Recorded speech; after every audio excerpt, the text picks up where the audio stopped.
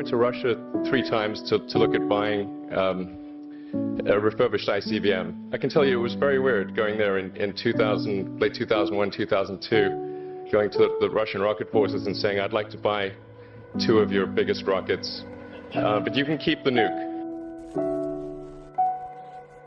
What is the most useful thing that what could I say that could actually be helpful or useful to you in the future?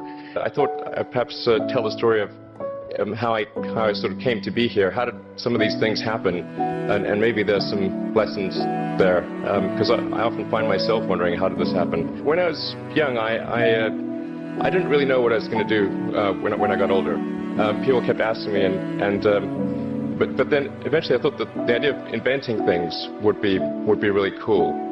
And the reason I thought that was because I read a quote from Arthur C. Clarke, which said that a sufficiently advanced technology is indistinguishable from magic, and that's really true. If you go back, say 300 years, the things that we take for granted today would be you'd be burned at the stake for. Being able to fly, that's crazy. Being able to see over long distances, being able to communicate, having effectively with the internet a group mind of sorts, and having access to all the world's information instantly from almost anywhere on the earth. This is stuff that really would be magic, that would be considered magic in times past. In fact, I think it actually goes beyond that, because there are many things that we take for granted today that weren't even imagined in times past. They weren't even in the realm of magic. So it actually goes beyond that. So I thought, well, if I can do some of those things, basically if I can advance technology, then that's like magic, and that would be really cool. If somebody is doing something that is useful to the rest of society, I think that's a good thing. Like, it doesn't have to change the world. Like, if you're doing something that has high value to people, and frankly, even if it's like just a little game, or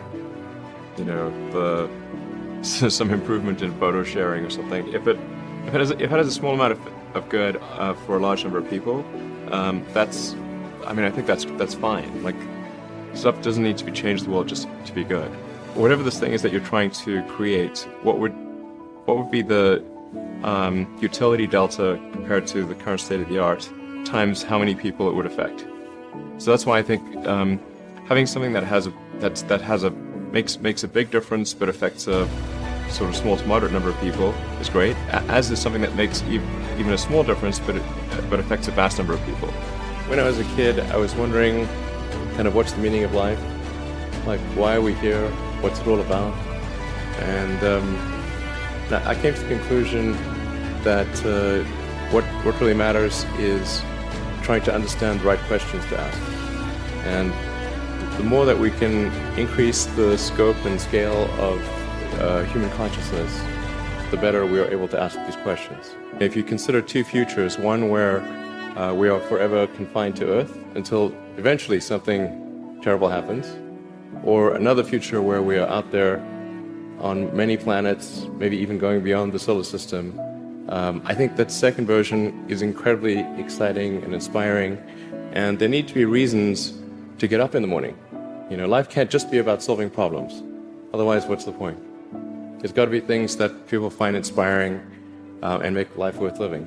I studied physics and business because I figured in order to do a lot of these things, you need to know how the universe works, and you need to know how the economy works. And you also need to be able to bring a lot of people together to work with you to create something, because it's very difficult to do something as an individual if it's a significant technology. I originally came out to California to try to figure out how to improve the energy density of electric vehicles, basically to try to figure out if there was an advanced capacitor that could serve as an alternative to batteries. And that was in '95, and that's also when the internet started to happen. And I thought, well, I can either pursue this technology where success may not be one of the possible outcomes, which is always tricky, or participate in the internet and be part of it. So I decided to drop out. Did some internet stuff, one of which was PayPal. I think maybe it's helpful to say one of the things that was important then in the creation of PayPal was kind of how it started, because initially the initial thought was with PayPal was to create an agglomeration of financial services. So to have one place where all of your financial services needs would be seamlessly integrated and work smoothly.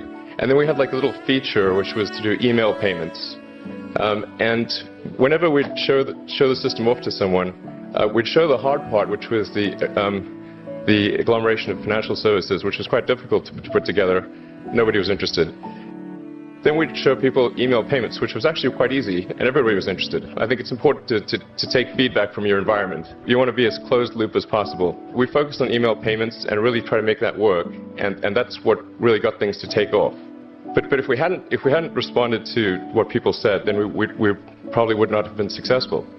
So it's important to look for things like that and focus on them when you see them, and you correct your prior assumptions. Going from PayPal, I thought, well, what are some of the other problems that are likely to most affect the future of humanity?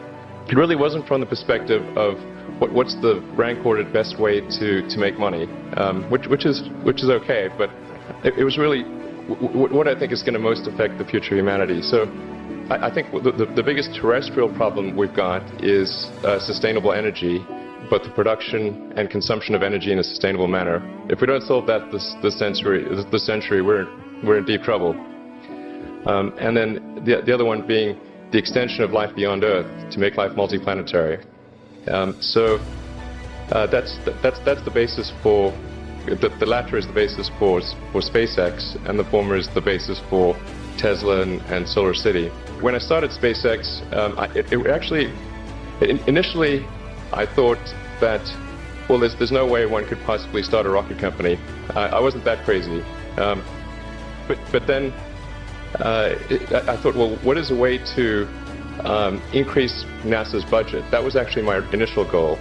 So I thought, well, if we can do a low-cost mission to Mars, something called Mars Oasis, which would land seeds with seeds in dehydrated nutrient gel, and you hydrate them upon landing, and then you'd have this great sort of money shot of green plants on a red background. And I thought, well, that would get people really excited, and therefore increase NASA's budget. So obviously the financial outcome from such a mission would probably be zero. I gave basically both SpaceX and Tesla from the beginning a probability of less than 10% of likely to succeed. We almost did die at SpaceX, actually. So I budgeted for 3 flights. I mean, technically, I did have a plan where I had the money from PayPal. I had like about 180 million from PayPal. And I thought, I'll allocate half of that to SpaceX and Tesla and Solar City, and that should be fine. I'll have 90 million, like just lots, But then what happened is things cost more and took longer than I thought. So I had a choice of either put the rest of the money in or the companies are going to die. So I ended up putting all the money in and borrowing money for rent from friends. I went to Russia 3 times to look at buying a refurbished ICBM. I can tell you it was very weird going there in late 2001, 2002, going to the Russian rocket forces and saying, I'd like to buy 2 of your biggest rockets, but you can keep the nuke. They thought I was crazy, but I did have money. After making several trips to Russia, I came to the conclusion that actually my initial impression was wrong about because my initial thought was, well, that there's not enough will to explore and expand beyond Earth and have a Mars base and that kind of thing. But I came to the conclusion that was wrong. In fact, there's plenty of will, particularly in the United States, because the United States is a nation of explorers, of people who came here from other parts of the world. I think the United States is really a distillation of the spirit of human exploration. So after my 3rd trip,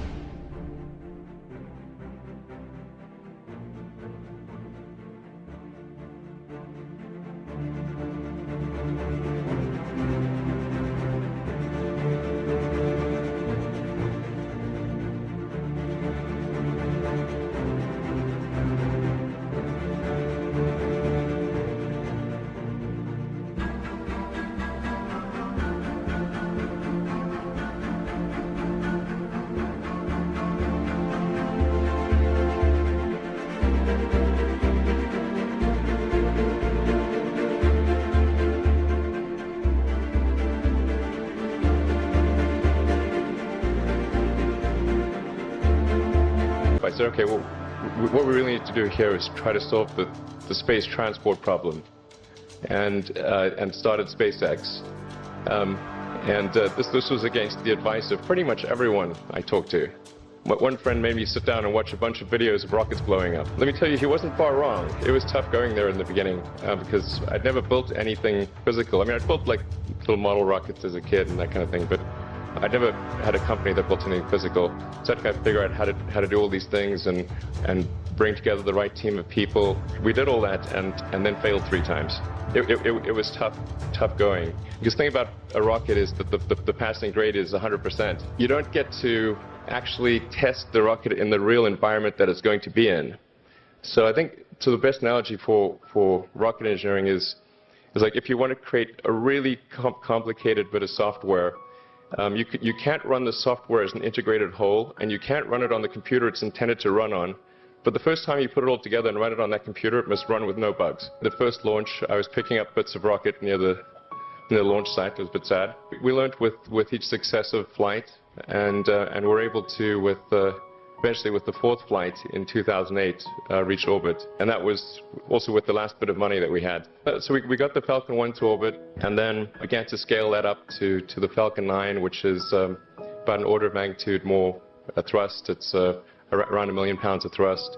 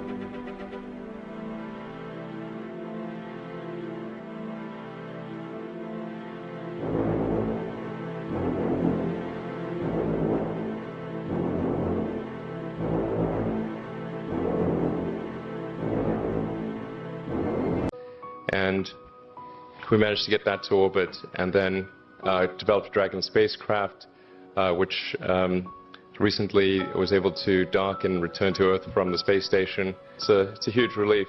Still can't quite believe it actually happened. But there's a lot more that must happen beyond this in order for humanity to become a spacefaring civilization, and ultimately a multi-planet species. And that's something I think it's vitally important, and I hope that some of you will participate in that, either at SpaceX or at other companies, because it's just really one of the most important things for the preservation and extension of consciousness. I mean, it's worth noting, as I'm sure people are aware, that the Earth has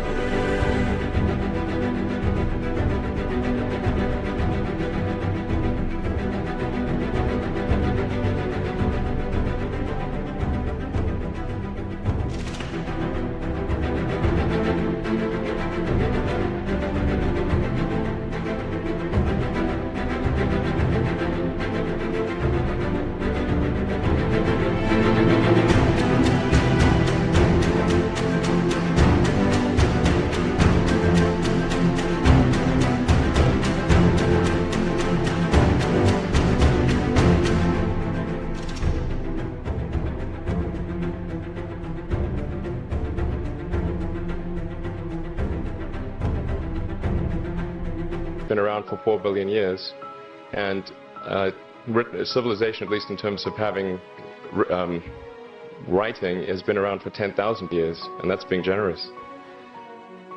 So it's really it's somewhat of a tenuous existence that civilization and consciousness as we know it has been on Earth, and I think I'm actually fairly optimistic about the future of Earth. So I don't want to sort of people to have the wrong impression that I think we're all about to die. I think things will most likely be okay for a long time on Earth, but not for sure, but most likely.